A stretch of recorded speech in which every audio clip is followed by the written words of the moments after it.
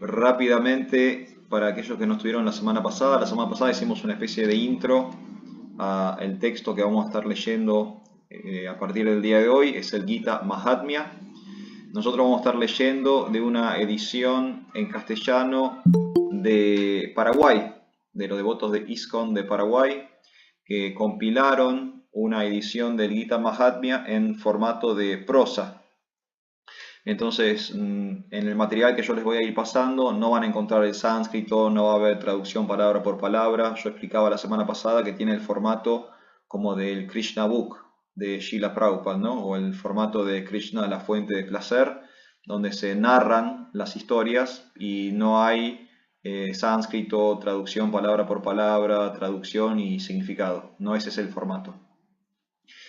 Y bueno, y contaba un poco qué es el Gita Mahatmya. El Gita Mahatmya es una sección de uno de los Vedas, específicamente del Padma Purana.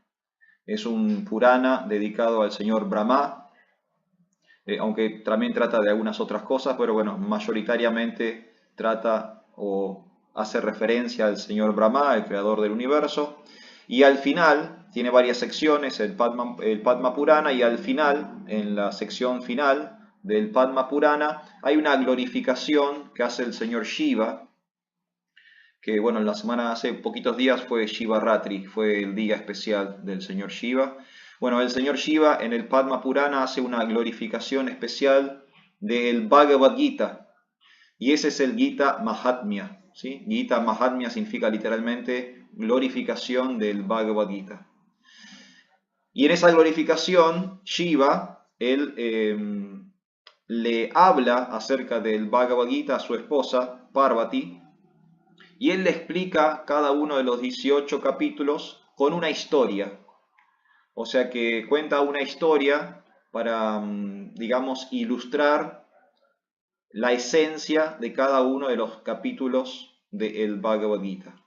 Entonces, en esta versión del Gita Mahatmya que vamos a leer nosotros, lo que vamos a leer son 18 historias, o sea, 18 cuentos de la India, y cada una de esas historias, narradas por el señor Shiva, van a ilustrar un punto esencial de cada uno de los capítulos del Bhagavad Gita, ¿sí? Y esa va a ser el texto, ¿sí? La narración, la lectura que vamos a hacer juntos en este encuentro de Gita Mahatmya. Hoy vamos a leer, la semana pasada hicimos una introducción, no leímos ninguno de los cuentos, ninguna de las historias. Sí leímos una glorificación que Srila Prabhupada hace del Gita Mahatmya en la introducción del Bhagavad Gita, ¿sí? Srila Prabhupada, en la introducción del Bhagavad Gita tal como es, él menciona el Gita Mahatmya y Prabhupada mismo hace una traducción de los primeros 7 versos del Gita Mahatmya y él lo coloca en la introducción de su edición del Bhagavad Gita.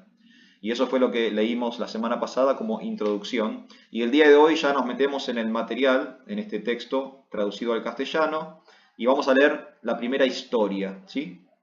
Son historias relativamente cortas, así que yo creo que hoy leemos la primera historia.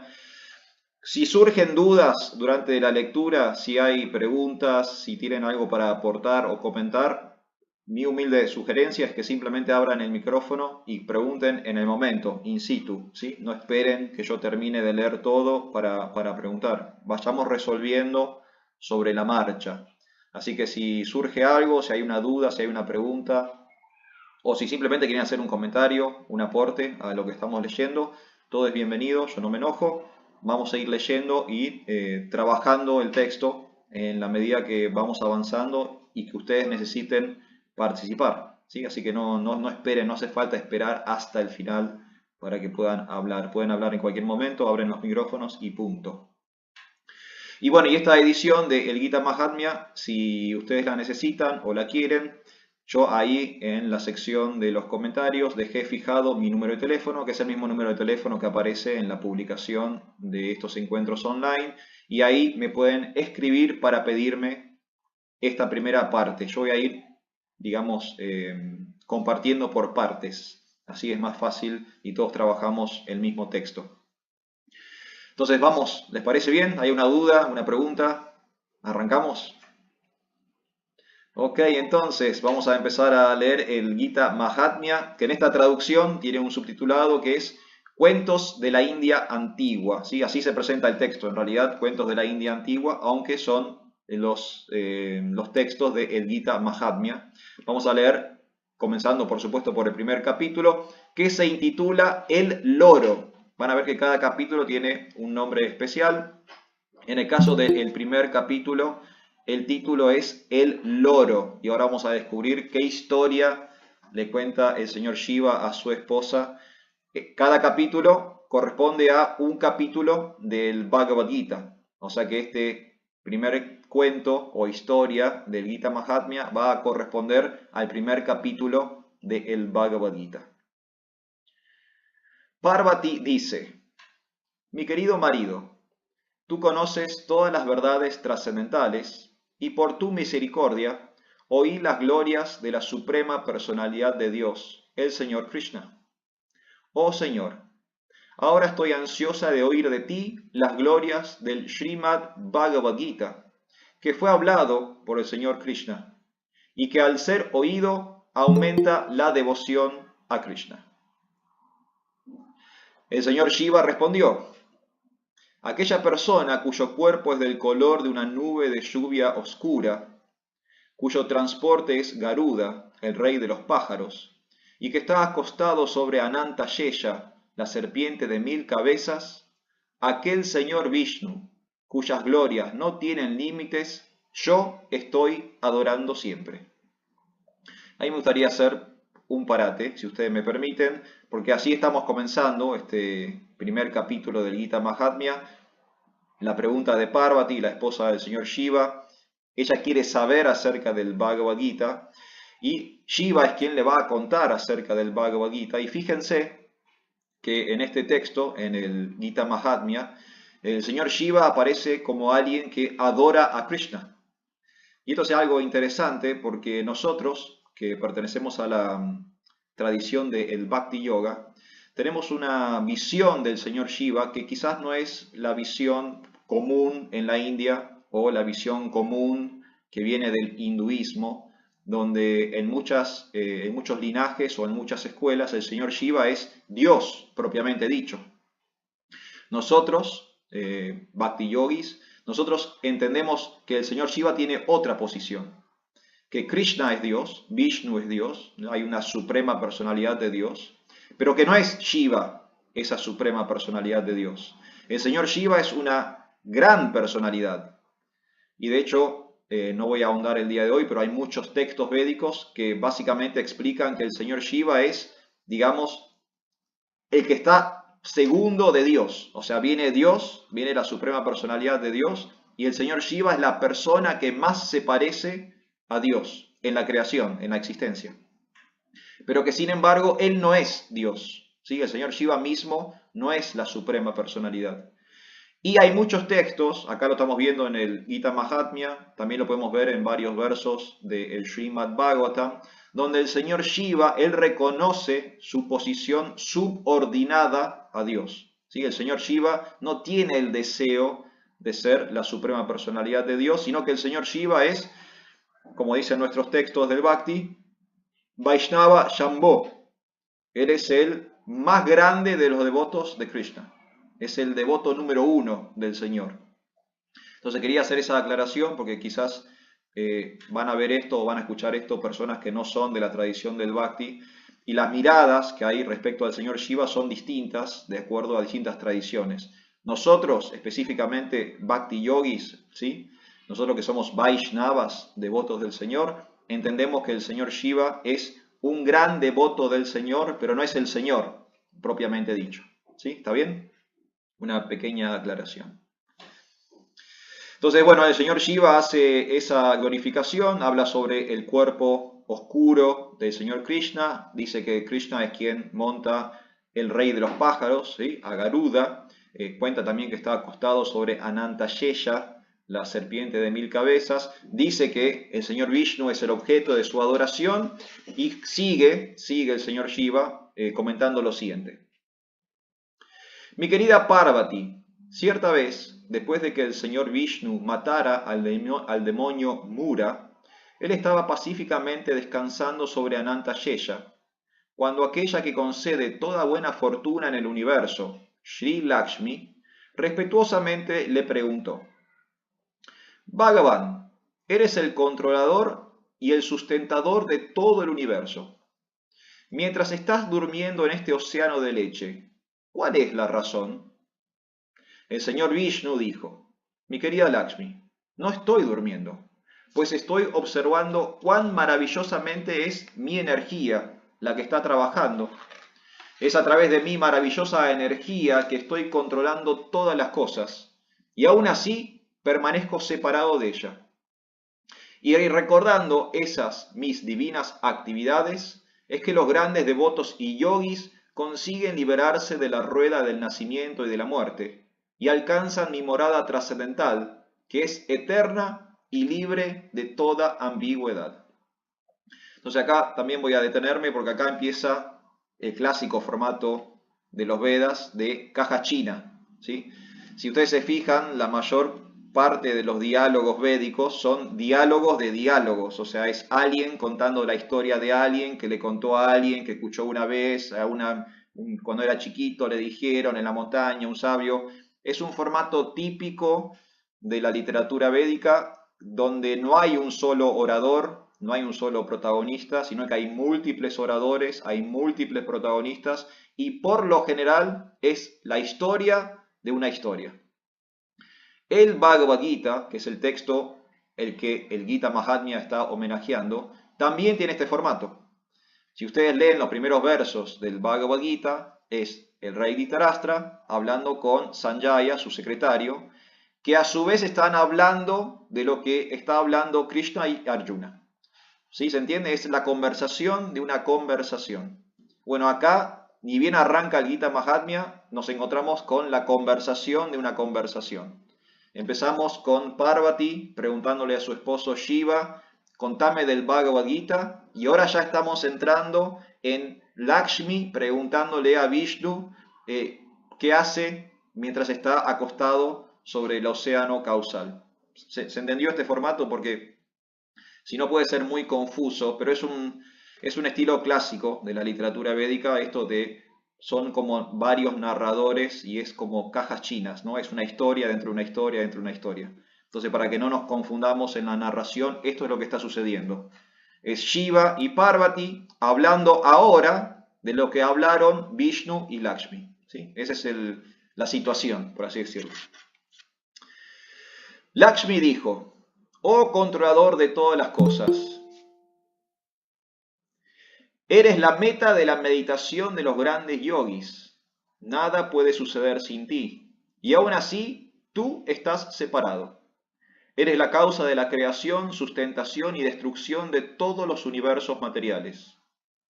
Gentilmente infórmame sobre el funcionamiento de tus maravillosas energías, que son tan atractivas que hasta tú mismo estás aquí acostado meditando en ellas.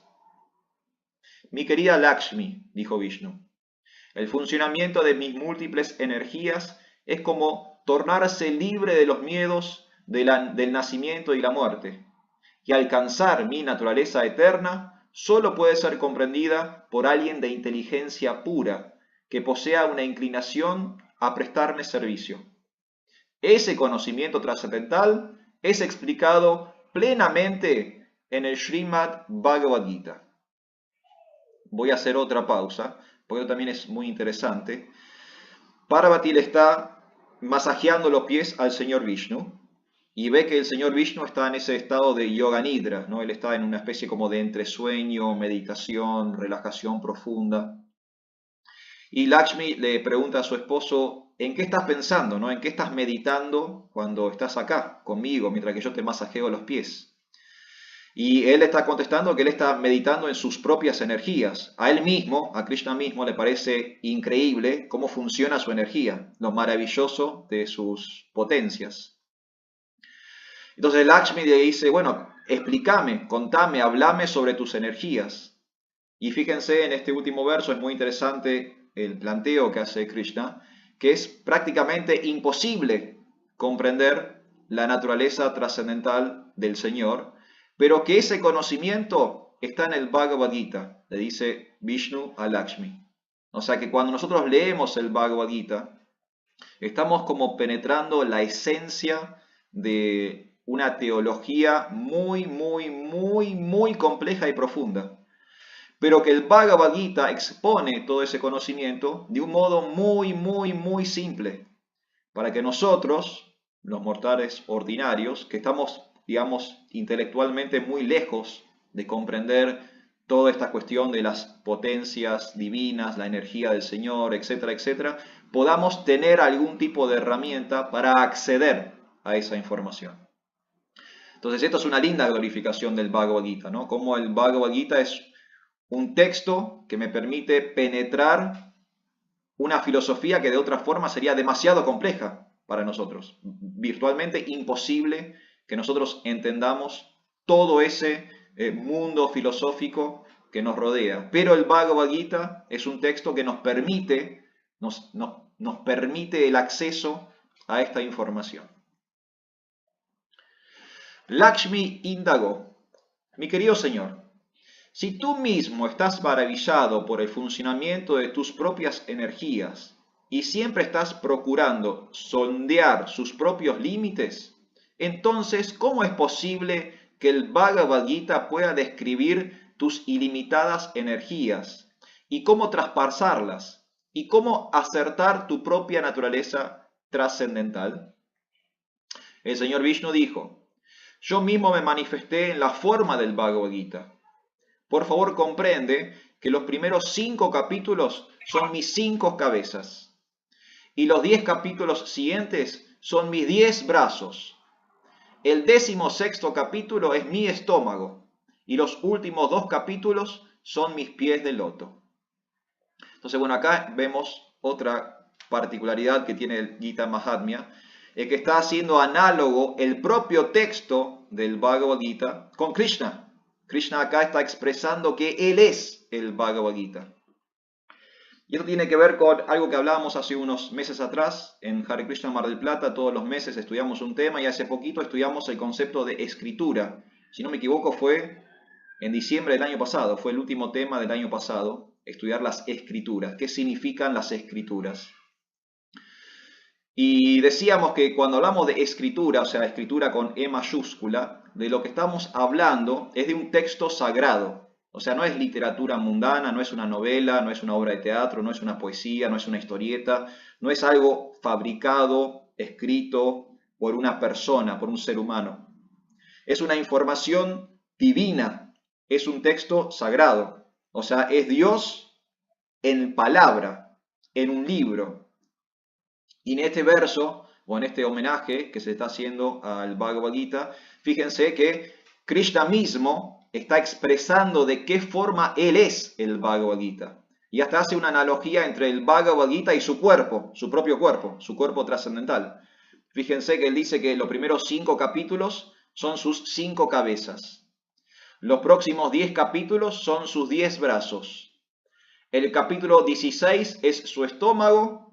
Y los últimos 2 capítulos son sus pies de loto. Eso dice Vishnu en el Gita Mahatmya, reforzando esta idea de que estas escrituras no son literatura mundana, ¿sí? Estos son textos sagrados. No hay diferencia entre lo divino de la Suprema Personalidad de Dios y lo divino del libro que habla acerca de la Suprema Personalidad de Dios.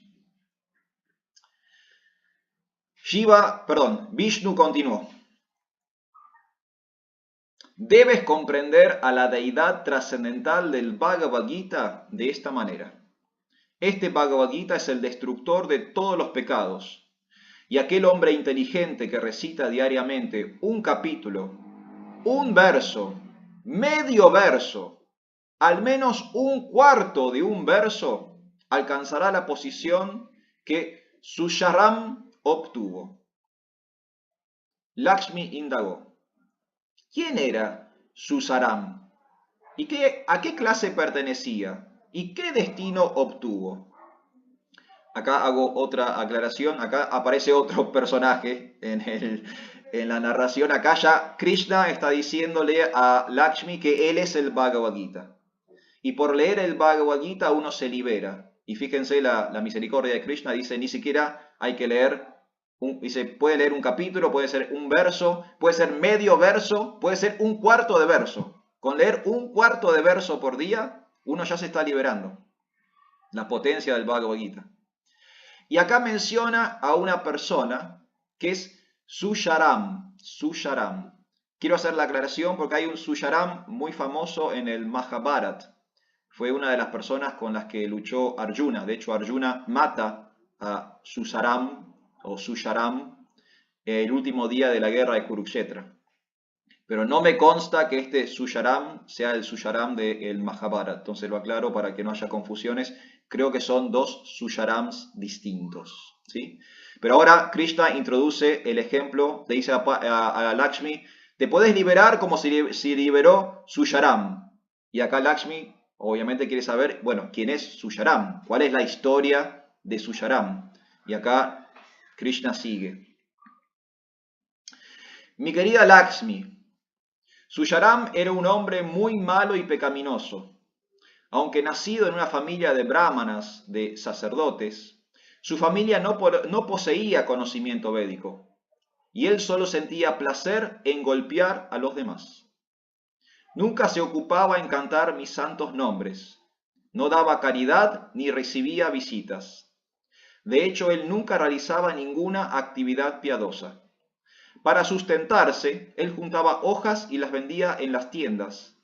Gustaba especialmente de beber vino y de comer carne, y de esa manera pasó su vida. Un día, ese tonto, Susaram, había ido al jardín de un sabio para juntar hojas, cuando de repente vino la serpiente, lo mordió y murió. Después de morir, fue lanzado a un infierno, de un infierno a otro, donde sufrió durante largo tiempo. Después de eso, obtuvo el cuerpo de un toro. Ese toro fue comprado por un hombre lisiado que lo ocupaba en servicio. Después de unos 7 u 8 años acarreando cargas, pasó todo ese tiempo trabajando de una forma muy pesada. Un día, aquel hombre lisiado había apilado una carga pesada en el lomo de su toro. Él forzaba al toro a andar muy rápido, cuando de repente el toro se desvaneció y quedó inconsciente. Muchas personas se juntaron allí para ver lo que había sucedido, sintiendo pena por aquel toro. Un hombre piadoso concedió al toro los resultados de alguna de sus actividades piadosas. Viendo esto, otras personas de pie ahí también comenzaron a recordar sus actividades piadosas y le ofrecieron los resultados de ellas a aquel toro. En aquella multitud había una prostituta que no sabía si alguna vez había realizado una actividad piadosa. Mas a ver a todos ofreciendo sus créditos espirituales a aquel toro, también ella ofreció los resultados de cualquier actividad piadosa que pudiese haber realizado. Después de eso, el toro murió y fue llevado a la residencia del señor Yamaraj, el señor de la muerte. Entonces hago una aclaración de lo que está sucediendo. Yusharma es esta persona muy mala, pasa toda una vida pecaminosa, violento, agresivo, bebe alcohol, come carne. Un día lo pica una serpiente y se muere. Al morir, por sus actos pecaminosos, va al infierno, pasa un tiempo en el infierno y cuando vuelve a la tierra, cuando reencarna en la tierra, no reencarna como un ser humano, reencarna como un toro. Y ese toro es comprado por un hombre lisiado que lo usaba como bestia de carga. Un día este lisiado carga de más al toro y el toro en el esfuerzo por llevar toda esa mercadería se desvanece y se muere. Pero antes de morir, personas que se habían juntado en el lugar, dándole pena el sufrimiento del toro, empiezan a cederle sus créditos espirituales. ¿Sí? Esto es algo también muy común de la tradición del yoga, donde cuando alguien puede orar por otra persona, ¿no? y le desea el bien, por así decirlo, lo bendice, como literalmente significa la palabra bendecir, significa hablar bien de alguien, y le entregan sus créditos espirituales. Entonces, Susarma este brahmana malvado, ahora reencarnado en toro, cuando fallece, está falleciendo ahora con las bendiciones de todas las personas que lo rodean, ¿sí? Entonces fíjense que ahora él va a ver al Señor de la Muerte, el Señor Yamaraj, pero fíjense que ya no es la misma situación que antes, ¿no? Ahora ya partió de este mundo bendecido, mientras que antes él había partido del mundo realizando actividades pecaminosas. Entonces, por esta diferencia, ahora ocurre esto que va a suceder ahora. Allí, Yamaraj, el Señor de la Muerte, le informó: ahora estás libre de las reacciones de todos tus pecados pasados, debido a los créditos piadosos dados a ti por aquella prostituta. Y entonces ahora nacerás en una familia de brahmanas muy elevados. En aquel nacimiento, él pudo recordar todas sus vidas pasadas. Después de muchos días, él pudo encontrar a aquella prostituta, que había sido la causa de que lo liberaran de una situación infernal.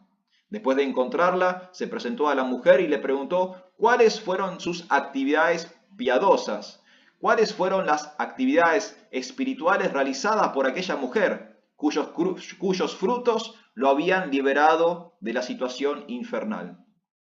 Entonces se entiende la situación.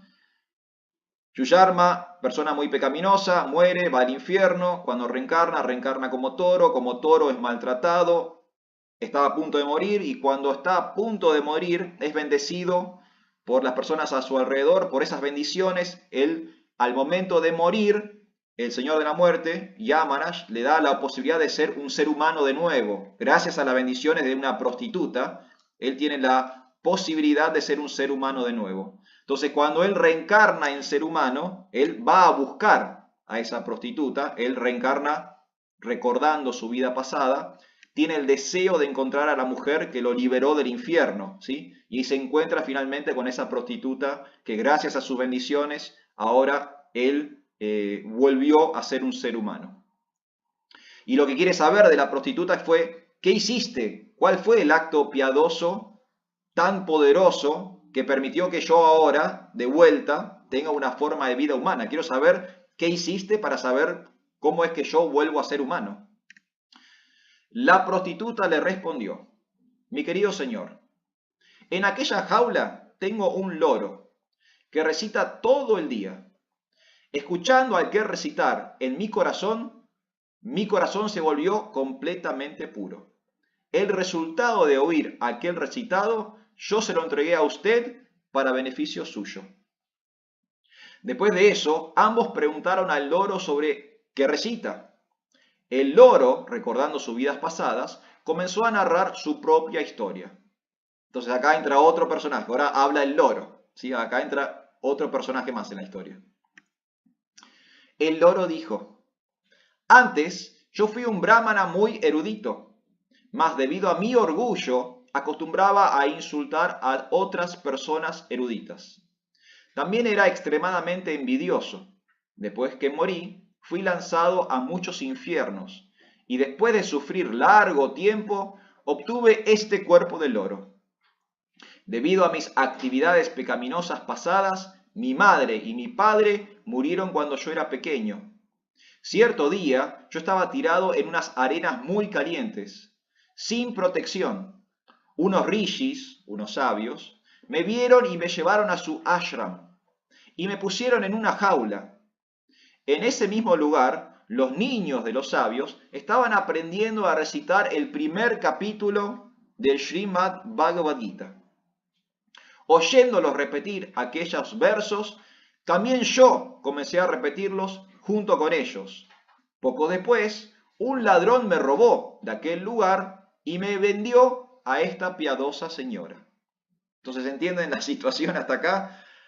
Está Yuyarma resucitado, reencarnado otra vez en ser humano, intentando encontrar a la prostituta que lo salvó del infierno. Él encuentra a la prostituta que lo salvó del infierno y quiere saber qué acto piadoso había realizado ella tan poderoso que permitió que él volviera a reencarnar como ser humano.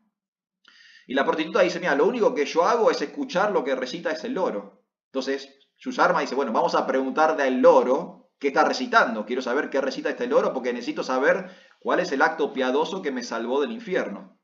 y el loro cuenta su historia. Esta historia de que él era un sabio en una vida previa, pero por su orgullo fue castigado a reencarnar en loro.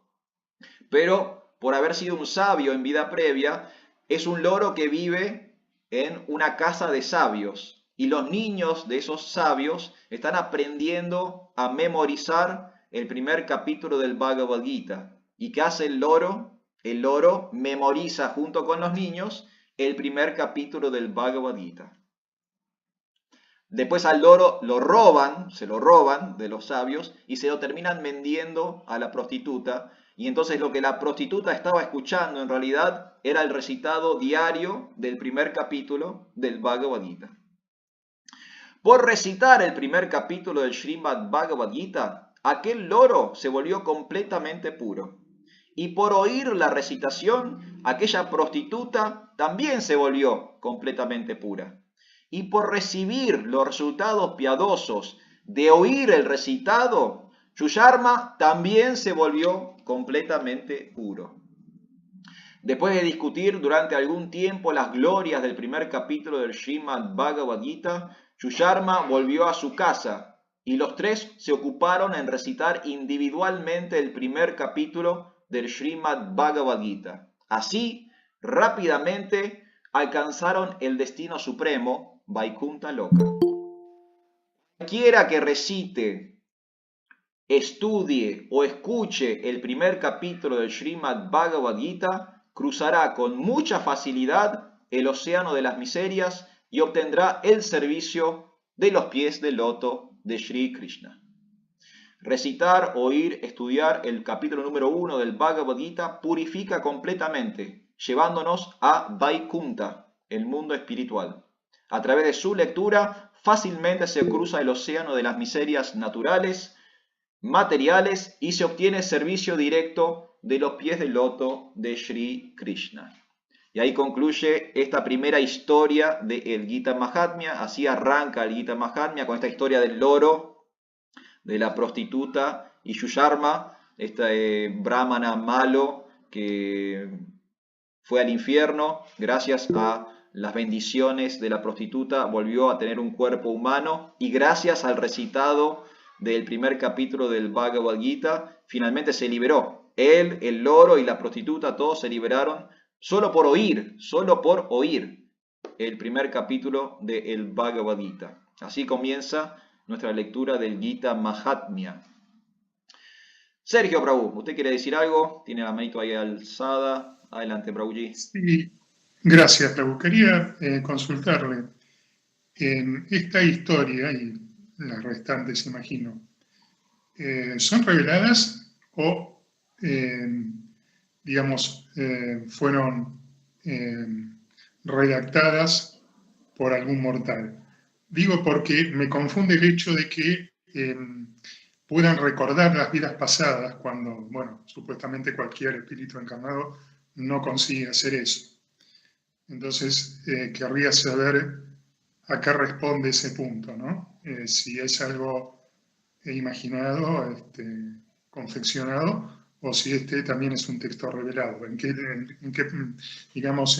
casillero lo puedo poner? Nada más que eso, gracias. Muy bien, muchas gracias, Prabhu. Es una excelente pregunta. La semana pasada decíamos que no hay, digamos, una certificación respecto a quién documentó o quién puso por escrito el Padma Purana. No hay, digamos, no tenemos forma de saber quién lo escribió. La misma literatura védica dicen que los Vedas fueron compilados por Vyasadeva, por un avatar o una encarnación de Krishna. Entonces, nosotros que pertenecemos a la tradición del Bhakti y que aceptamos estos textos como fidedignos, reconocemos que no hay un agente humano de por medio, o sea, no es una creación de la imaginación de alguien, sino que son, digamos, historias reales que fueron reveladas por Dios mismo y en última instancia compiladas por Vyasadeva, por una forma de Dios que se ocupó de traer esta cultura que era originalmente oral y traspasarla a un formato textual, un formato documental, ¿sí? Entonces eso por un lado, no sabemos exactamente quién, la tradición dice que es Vyasadeva. Y nosotros, los practicantes de Bhakti, aceptamos estas historias como fidedignas, como reales, no como creación de la imaginación de una persona. Eso por un lado. Por otro lado, esto de poder recordar vidas previas, en algunos pasatiempos aparece esta variable. Nosotros, los mortales ordinarios, por lo general no tenemos recuerdo de vidas previas. O sea, de hecho, la literatura del yoga explica que el nacimiento en el mundo material es tan traumático para la entidad viviente que le genera como una especie de amnesia, que no logra como recordar, o sea, es tan impactante venir a este lugar material que uno queda como totalmente, se le borra el CPU, queda de un efecto amnésico, donde ya no recuerda todo lo que pasó en vidas previas. Pero algunas personas que son espiritualmente muy elevadas, como una especie de bendición, misericordia, facultad extraordinaria, a veces pueden recordar una, dos o tres vidas previas. Voy a dar un ejemplo que es muy famoso, una historia del Srimad Bhagavatam, la historia de Bharata Maharaj. Bharata Maharaj, que es el fundador de la dinastía a la cual pertenece Arjuna y todo ese gran linaje del Mahabharata. De hecho, la India se llama Bharat por Bharata Maharaj, ¿sí? Fue como el primer gran rey de la India antigua. Él al final de su vida se va al bosque a retirarse, decide tomar sannyas, la orden de renuncia. Él vive su vida primero como un rey, es un gran rey, un gran administrador, es un kshatriya, es un guerrero, pero en la vejez, como sucedía habitualmente en la antigüedad védica, los reyes al final de sus vidas aceptaban la orden de renuncia.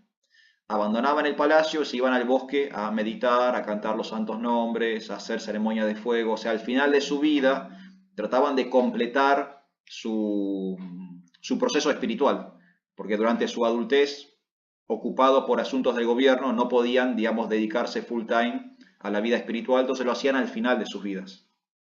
Y por lo general se iban como ermitaños al bosque, a una cueva, y ahí terminaban y ahí lograban, digamos, o la liberación o el ascenso a estados superiores de conciencia. Entonces Bharata Maharaj, él sigue esa tradición. Él al final de su vida se aleja del palacio, se aleja de sus deberes reales, se va al bosque a meditar, pero en el bosque él encuentra un ciervo bebé, un cervatillo. Y él se apega al cervatillo, lo toma primero como mascota, lo cuida, pero después ya pasa de cuidarlo a que prácticamente está todo el tiempo meditando en el ciervo en vez de meditar en Krishna. Entonces su foco de atención se desvía, ¿no? En vez de estar atento a sus deberes espirituales, está atento al ciervo. Se enamora del ciervo, o sea, genera como un apego muy fuerte hacia el ciervo. Y Bharata Maharaj fallece porque ya era un anciano. Pero al momento de fallecer, ¿dónde estaba su meditación? No estaba en Dios, estaba en el ciervo. Entonces, ¿qué pasa con Bharata Maharaj? Reencarna en ciervo. Pero cuando reencarna en ciervo, lo que explica el Srimad Bhagavatam es que por el gran trabajo espiritual que había hecho Bharata Maharaj debido a su propia pureza, a su propio avance espiritual, él en el cuerpo de ciervo recuerda su vida como Bharata Maharaj, o sea, él recuerda su vida humana inmediata anterior. Entonces sí pasa que algunas personas, debido a su gran avance espiritual, aún en una reencarnación posterior, pueden recordar vidas de encarnaciones previas. Es como un don, es como una especie de facultad extraordinaria que tienen ellos por su avance en el yoga, por su propio avance en el yoga. Entonces acá el loro le había pasado eso. Al loro le había pasado de que él, por haber tenido trabajo espiritual previo, aún en un cuerpo del loro, él podía recordar su vida pasada, de la misma forma que Maharaj Bharata, aún en el cuerpo de siervo, podía recordar su vida cuando era rey y recordar que su objetivo era llegar a Krishna, no convertirse en un siervo. Pero, ¿se entiende eso, Sergio Prabhu? Es un don, es una especie de regalo extraordinario que algunas almas tienen, poder recordar sus vidas previas. Perfecto, Prabhu. Entonces estamos hablando de escritura revelada. Sí, No son personajes entonces, sino que no, son personalidades sí. y que circunstancialmente y especialmente tienen esta posibilidad de recordar vidas pasadas. Sí, señor. Pasando en limpio, cortito, todo lo que usted acaba de decir. Estoy, 10, estoy bien. 10 sobresaliente. Muchas gracias, Prabhu. Muchas gracias a usted, Santo. Hari Kirtan Prabhu. Vuelo, Hari. Hare Krishna. Bueno, gracias Prabhu por la lectura, excelente. Sí, yo un comentario, me parece importante, lo hemos hablado con vos y lo hemos hablado con otros devotos, que el capítulo 1 de Bhagavad Gita no es tan entretenido, ¿no? O sea, en realidad. Y hemos hablado de ciertos capítulos del Chaitanya Charitamrita e incluso del Bhagavatam, ¿no? Que se enredan en mencionar personajes o hay unos capítulos del Chaitanya Charitamrita que son las ramas y los gajos, ¿no? Como todo la relación parental entre los devotos de Chaitanya y son como, no sé los capítulos, no me acuerdo porque lo leí hace rato, pero son muchos capítulos que nombran personas todo el tiempo que no sabe quiénes son. Tal cual. Horas leyendo eso. Y uno subestima, ¿no? Por lo menos a mí me ha pasado subestimar esos capítulos, ¿no? Y me sorprende que estas personas, solo escuchando el capítulo 1, que no arrancó la Bhagavad Gita prácticamente, o sea, se está planteando, ¿no? El escenario de guerra y eso, y las preguntas, ¿no? De Arjuna al final. O sea, no arrancó Krishna a dar cátedra, y sin embargo, por escuchar y repetir este capítulo, que a veces uno puede cometer el error de considerarlo menor, todos lograron la iluminación, ¿no? Así que nada, para mí es una lección de no subestimar ni siquiera una letra de Bhagavad Gita, de Srimad Bhagavatam, y me recordaba o refuerza eso que decía Prabhupada, ¿no? Cuando los devotos le decían, bueno, Prabhupada, ¿qué versos estudiamos de Bhagavad Gita, ¿no? ¿Cuáles son los versos importantes de Bhagavad Gita, ¿no? Y Prabhupada le dice, los 700 son los importantes. O sea, estudia los 700. Y esto reafirma, ¿no? Y digo, bueno, ok, ¿no? Con el tiempo igual uno le encuentra el gusto, pero es verdad que al principio uno le escapa, ¿no? Te vas al capítulo 9, al capítulo 10, ¿no? Que son súper jugosos, súper lindos, y el capítulo 1 medio que lo pasas de largo. Así que nada, volver al capítulo 1 y estudiarlo también, ¿no? Gracias, Prabhu. Muchas gracias, Hari Kirtan. Muchísimas gracias. Tenés toda la razón del mundo. Eh, pero bueno, acá en el Gita Mahatmya, en la glorificación del Bhagavad Gita, estamos viendo que en realidad todo es importante del Bhagavad Gita, ¿no? El Bhagavad Gita es nuestro texto de cabecera, por algo es nuestro texto de cabecera. Como dice Hari Kirtan, ¿no? Después uno, a medida que va avanzando en conciencia de Krishna, quiere leer Srimad Bhagavatam, quiere leer Chaitanya Charitamrita, quiere leer Néctar de Devoción, no sé, uno quiere como sumergirse, tiene ese impulso, ¿no? De más y más y más y más, pero en última instancia, el primer casillero, el Bhagavad Gita, es de lectura obligatoria perpetua para el devoto. Siempre hay información fundamental, esencial para nuestra vida espiritual. Es muy cierto lo que dice Hari Kirtan, es quizás el capítulo menos atractivo del Bhagavad Gita. Para aquellos que han leído el Bhagavad Gita, el primer capítulo, por lo general, cuesta como atravesarlo. A mí me pasó en lo personal, yo cuando empecé a leer Bhagavad Gita, creo que empecé como 6 veces a leer el Bhagavad Gita y me costaba pasar el primer capítulo, toda esa lista de nombres, ¿no?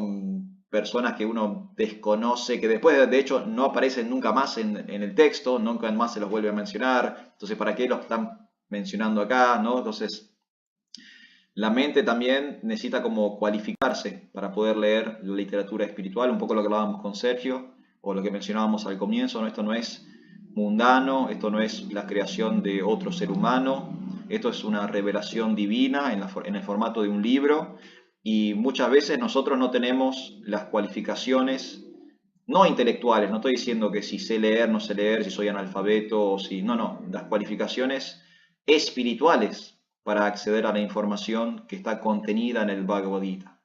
Entonces, como una especie de filtro, ¿no? Para que, a ver, qué persona realmente tiene el deseo de conocer más, qué persona no tiene el deseo de conocer más, quién se queda en el camino, quién avanza, quién tiene la determinación, quién no. Entonces, mismo también en la Biblia, uno lee la Biblia, hay libros que yo el libro de números en el Antiguo Testamento. Es un censo. No sé por qué pusieron un censo en el medio de la Biblia, pero el libro de números del Viejo Testamento es básicamente un censo. Entonces uno está leyendo un libro de la Biblia y son básicamente números de cuántas vacas había, quién tenía tantas cabras, de dónde había. Digo, sí, ¿qué estoy leyendo? ¿Dónde está Dios en todo esto? ¿No? Y bueno, otra vez, a veces no tenemos que generar como el estado mental adecuado para también acceder a esta información. Pero todo es importante. Fíjense, ¿no? Lo que decía el señor Shiva, un capítulo, un verso, medio verso, un cuarto de verso, un cuarto de verso, que son 3 palabras. Con 3 palabras que escucho del Bhagavad Gita me puedo liberar. Harikirtan mencionó a Srila Prabhupada. Prabhupada decía, aunque toquen el libro, aunque sea que toquen el libro. O sea, fíjense la potencia, ¿no? Que lo toquen, aunque sea, ni siquiera que lo abran. Dale el libro a una persona, que esa persona lo tenga en su mano 1 minuto, 2 minutos, eso ya lo está beneficiando. Eso ya lo está beneficiando. Y esa es la potencia del Bhagavad Gita, es Krishna en literatura, es Dios en literatura. ¿No? Fíjense la potencia espiritual que tiene ese libro. Así que muchas gracias, Prabhu, muchas gracias, Harikirtan. Y también es cierto lo que dice Harikirtan, ni siquiera lo están leyendo, lo están escuchando. Solo por escuchar se están liberando. Ni siquiera lo están estudiando, ni siquiera lo están leyendo, simplemente lo están escuchando. Solo por escuchar el primer capítulo uno ya puede alcanzar la liberación, ¿no? Otra vez, la potencia del Bhagavad Gita. Me hizo acordar Harikirtan a nuestro hermano espiritual Govardhan Lila Prabhu, es un devoto de Buenos Aires que ha pasado a audiolibro muchos de los textos de Srila Prabhupada y de hecho tiene una versión audiolibro del Bhagavad Gita. Ahora que sé que por escuchar el primer capítulo del Bhagavad Gita me puedo liberar, mañana estoy en el canal de YouTube de Govardhan Lila y estoy escuchando el primer capítulo del Bhagavad Gita narrado por Govardhan Lila Prabhu y estoy haciendo mi trabajito de liberación personal. Bueno, no sé si alguien más quiere decir algo, hay algún comentario, un aporte, una pregunta. Si no, vamos a ir cerrando por el día de hoy. No vamos a empezar el segundo cuento o la segunda historia porque no nos va a dar el tiempo para concluir. Nos quedan unos 10 minutos aproximadamente. Pero si alguien quiere hacer un aporte o a decir algo con respecto a lo de hoy, aprovecha ahora y si no, nos vamos a retirar. Gustavo levantó la mano. Adelante, Gustavo. Hare Krishna, Prabhu, reverencias. Hare Krishna. Muchas gracias por la lectura. La verdad que hermosísimo, Gita Mahatmya. Todas las historias son como súper bizarras y súper raras. Y uno se queda, wow, eso pasó. Es un néctar. Y esto con respecto a esto de, porque uno dice, ¿cómo consiguió la liberación? Pero seguía en cuerpo humano y eso es como que uno a veces está como que se confunde, ¿no? Y bueno, yo a lo que interpreto es que uno, como explica Prabhupada, ¿no? Que cualquier avance en este sendero lo previene a uno del peligro más grande, y el peligro más grande no es la muerte, porque es algo que todos vamos a pasar por eso, en este cuerpo, en cualquier cuerpo. El peligro más grande es no volver a tomar un cuerpo humano. Entonces, escuchar esto nos previene de eso. Podemos volver a tomar un cuerpo humano, como tuvo la oportunidad este muchacho, no me acuerdo el nombre, de tomar un cuerpo humano. Suyarma. Y nada, y seguir en su proceso. Uno dice, bueno, pero si ya se liberó, ya tendría que estar. No, bueno, está en el proceso de liberación. Tomó un cuerpo humano, esperemos que lo aproveche bien como humano y desarrollar este conocimiento, y ahí está. Ese proceso de liberación se va fortificando y se va realizando. Nada más que eso para aportar. Sí, buenísimo, Gustavo, muchas gracias. Sí, perfecto. Sí, la realidad es que el cuerpo humano es el vehículo perfecto para la liberación, para salir del samsara. Del cuerpo humano para abajo, animales, insectos, plantas, bacterias, microbios, algas, no sé, aves, peces, cualquier otro cuerpo, con excepción del cuerpo humano, no tiene las herramientas para la emancipación. Carece de las herramientas para la emancipación. El único vehículo, la única máquina, o usando la palabra del Bhagavad Gita, yantra, la única máquina que permite la trascendencia, volver al mundo espiritual, es la forma de vida humana. Entonces, esto que estamos haciendo ahora, de juntarnos a leer las escrituras, a hablar acerca de Dios, a glorificar los textos sagrados, como dice Krishna en el Bhagavad Gita, a iluminarse entre sí. Los devotos se alegran, se ponen contentos cuando charlan acerca de mí y se iluminan los unos a los otros, así dice Krishna en el Bhagavad Gita. Estos son tecnologías de liberación, de emancipación. Nosotros estamos adhiriendo a herramientas ancestrales, milenarias, para nosotros salir de este enredo material.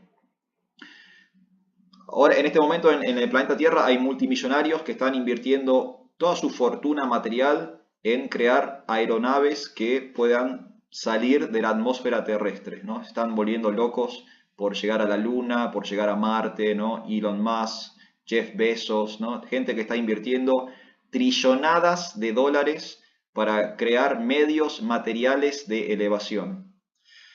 Bueno, la cultura del yoga tiene tecnologías que, sin gastar un peso, nos permiten un viaje de la conciencia hasta el máximo potencial posible de la conciencia, que es, como explicaba el señor Shiva, el mundo espiritual. Nosotros tenemos con este dispositivo llamado cuerpo la posibilidad de proyectar nuestra conciencia al estadio máximo de la existencia, que es el reino de Dios. Es como una... No sé si saben lo que voy a decir ahora. Quizás los varones sí. ¿Saben lo que es una gomera? Vamos, todavía, muy bien, chicos. Estamos todos en una franja etaria. No somos millennials, evidentemente. El cuerpo humano es una enorme gomera que tiene la posibilidad de lanzar la conciencia de vuelta al reino de Dios, al mundo espiritual. Los otros cuerpos, cualquier otro cuerpo, no tiene esa posibilidad.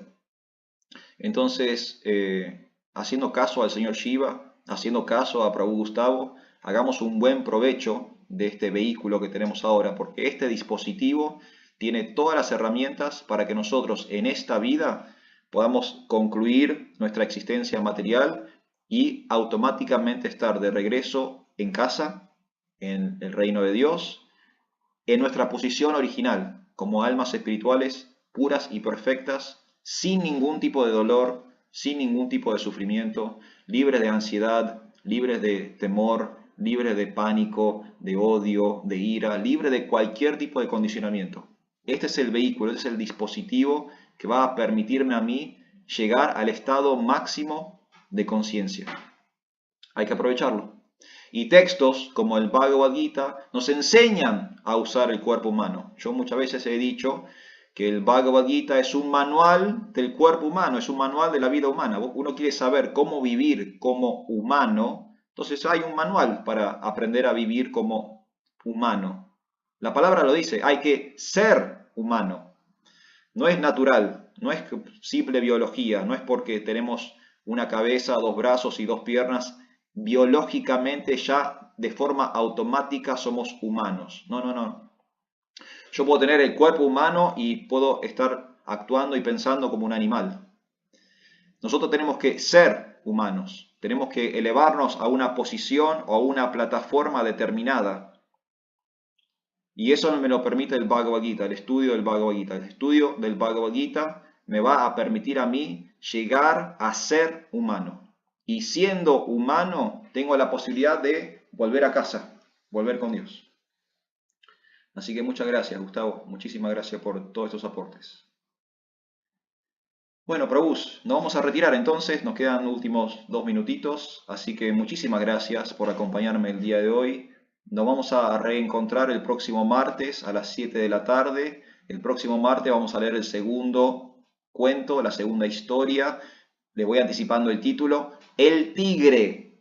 El tigre se llama esta segunda historia del Gita Mahatmya. Va a ser otra glorificación del señor Shiva. El señor Shiva le sigue explicando a su esposa lo importante del Bhagavad Gita. Hoy ya aprendimos lo importante del primer capítulo del Bhagavad Gita. Aprovechen los próximos 7 días para leer el primer capítulo del Bhagavad Gita, y para aquellos que no tienen el material, ahí en el chat, acá en Google Meet, dejé mi teléfono, es el mismo teléfono que aparece en las publicaciones.